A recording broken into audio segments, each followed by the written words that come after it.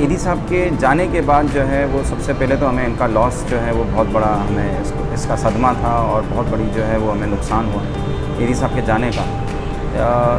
इसके एक आध साल के बाद बाहर मुल्कों में जो हमारा चंदा था, मतलब इंग्लैंड के अंदर, यूएसए में, इंग्लैंड की मैं आपको सिर्फ मिसाल दूं तो अब जो है वो हमारे पास 50% चंदा जो है वो इंग्लैंड में आता है, जो पहले आता था ईदी साहब के ज़माने में, उससे 50% आता है, कम हो गया। पाकिस्तान में जो है वो कुछ जगहों पे कम हुआ, कुछ जगहों पे सेम रहा, लेकिन 5 साल के वक्फे में बढ़ना चाहिए था, वो बढ़ा नहीं। तो ये भी एक, चूँकि 5 साल में जो इन्फ्लेशन पाकिस्तान में आया और जो महंगाई पाकिस्तान में आई, उसके मुकाबले में उसको बढ़ना चाहिए था, तो वो सेम रहा। अच्छा, दूसरा ये कि चीज़ें, हमारी एम्बुलेंसेस में इजाफ़ा हुआ, हमारी सर्विसेज के अंदर ट्रेनिंग का जो है वो हमने इजाफ़ा किया है और उसको हम मज़ीद जो है वो आगे लेके जाना चाहते हैं। एजुकेशन, हेल्थ और दीगर टेक्निकल एजुकेशन में हमने कुछ काम किए हैं, उसको हम बहुत आगे की तरफ लेके जाना चाह रहे हैं।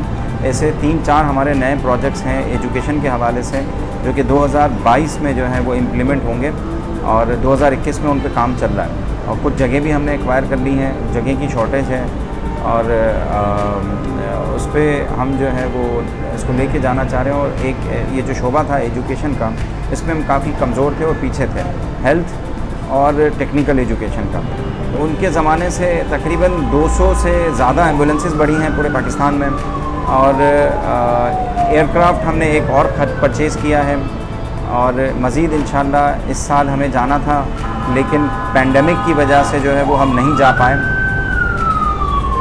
यूरोप से, अमेरिका वीज़ा नहीं दे रहा, तो हम यूरोप से जो है वो एयरक्राफ्ट की परचेजिंग कर रहे हैं। सेकेंड हैंड एयरक्राफ्ट लेते हैं हम, नए नहीं ले पाते, वो थोड़े से महंगे होते हैं।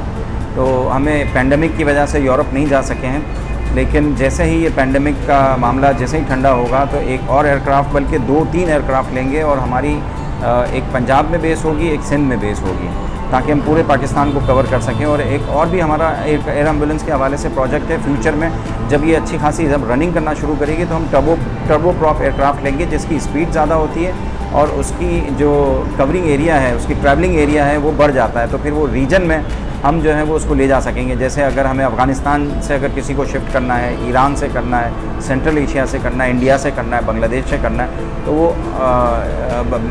मिडल ईस्ट से या कहीं से भी जो है वो मरीज़ को लाना है, ले जाना है, तो वो फैसिलिटीज़ हम फिर प्रोवाइड कर सकेंगे। जो सर्विसेज हम पाकिस्तान में देते हैं एयर एम्बुलेंस की, फिर वो रीजन में हम दे सकेंगे। हमारी 2000 के करीब एम्बुलेंसेज हो चुकी हैं और सेंटर्स जो है वो 4-5 में इजाफ़ा हुआ है। इतने बड़े पैमाने पे हम जो है वो सेंटर्स नहीं खोल सकेंगे, लेकिन हम कुछ चीज़ें कर रहे हैं, अपने आप को ऑर्गेनाइज़ कर रहे हैं और अपनी कंट्रोल्स को जो है वो बढ़ाने की कोशिश कर रहे हैं। अगर उसमें हम कामयाब हो जाते हैं, एक जो पायलट प्रोजेक्ट किए हैं उसमें हमें बहुत अच्छा फ़ायदा हुआ है, हमें अपने अखराजात कम करने में, उसमें कामयाब हो जाते हैं तो हमारी एक्सपेंशन हम जो है वो अगले 5 सालों में डबल कर देंगे। हम ईदी साहब को बहुत ज़्यादा मिस करते हैं, क्योंकि कोई बड़ा मसला होता है, कोई बड़ी इमरजेंसी होती है, कोई होती ना, तो वो इतने ज़्यादा सरगर्म होते हैं कि हमें वो पीछे छोड़ देते हैं। हम जवान होने के बावजूद, वो तकरीबन 80 साल के थे, 75 साल के थे, वो सबसे पहले आगे फ्रंट लाइन्स में होते थे और हर जगह पहुंच जाते थे, और हम जो है वो प्लानिंग ही कर रहे होते थे और वो पहुंच जाते थे उस पॉइंट पे।